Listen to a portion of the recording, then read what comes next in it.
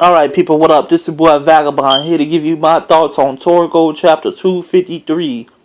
Now, I thought this was a good chapter. It could have been a great chapter if they would have showed those Blue Nitro and Pear. They didn't show them. We didn't get to see nothing, just shadows, silhouettes, and shit. And I was highly disappointed because I was just so hyped off that last chapter, that ending. I really thought we was going to see him, and I was just really disappointed. Otherwise, this was a good chapter.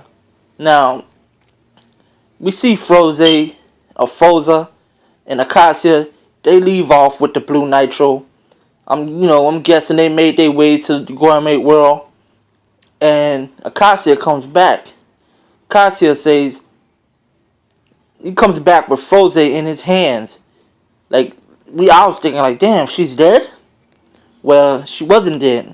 He came back, went to the house. Later down, he said she needs some rest. Just give her a couple of days, and she'll be alright.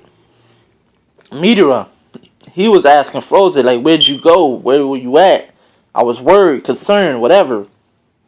Frohze said she went to go cook something, but she cooked something to stop the war. And we all know what that was. It was God. And when he found out that she cooked something to stop, to feed the people of this world, or to feed the people behind this war, he was like completely pissed, completely mad. Because we know how he looks at this world. We know how he views these people, based off of last chapter. So, he wants to take it upon himself. He wants to be helpful, I guess. So he goes out. He says, I'm going to go get cure water. I'm going to be right back. He goes out to get the cure water. We know how the cure water is like protected by that dragon and shit, or that little monster dragon and shit. Midora comes back all fucked up, bloody, exhausted, but he got the cure water. And Frohze, she was like so worried for his condition, everything. She didn't even take the cure water. She was so worried about him and what happened to him that she decides to cook him a meal. But see, she still doesn't have her strength back. So you know what she does? She goes into like this, I forgot what it's called, God cooking. I think that's what it's called, God cooking. And she just grows this long ass hair. Eyes are like pitch white or some shit. And she just starts whipping up food, man.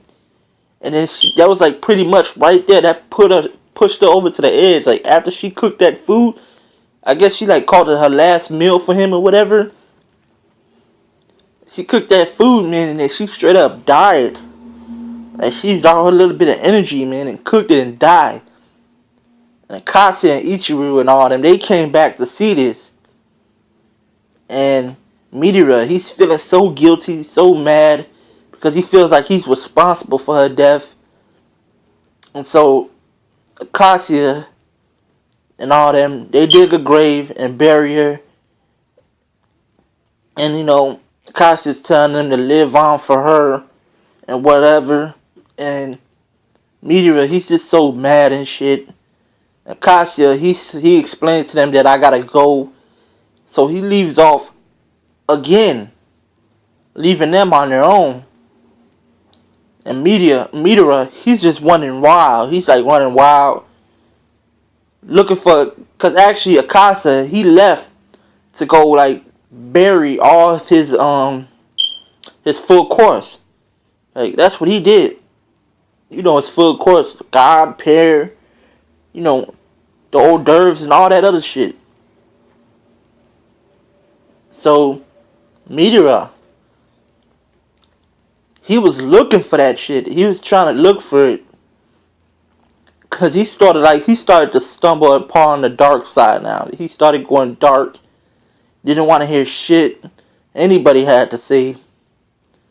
And then he's going around looking for Acacia's full course when Acacia said himself, don't look for my stuff. Cause Ichiru, he made sure to tell Midora that Acacia said don't look for his stuff. but Midora was doing it anyway. And there is a way that cure water. Midora seemed to find a way how he found information about a way where that cure water is sort of, how you call that, important to a dish, one of Akashia's dishes. So Ichirayu and Midora, they're going at it at the end of the chapter. They go at it and fight, which is that fight that Ichirayu was talking about 500 years ago when he said he should have killed them there. And that was the chapter, man. Other than that, man, I thought it was a great chapter. You really see the progression and just the way Midora just turned, man. Like, he went cuckoo, man. He went crazy. And then, at the end of the chapter, I guess they show you like a picture of pictures of Frohze's grave. And the last picture, you see like this little stub in the dirt, almost like something was getting ready to come out of the ground. But you do gotta remember, he was pouring that cure water on the ground all the time, Midora. So we'll see how that go. But this is chapter review, man. Chapter thoughts. Leave a like, drop a comment, and let me know what's up, man. Holla.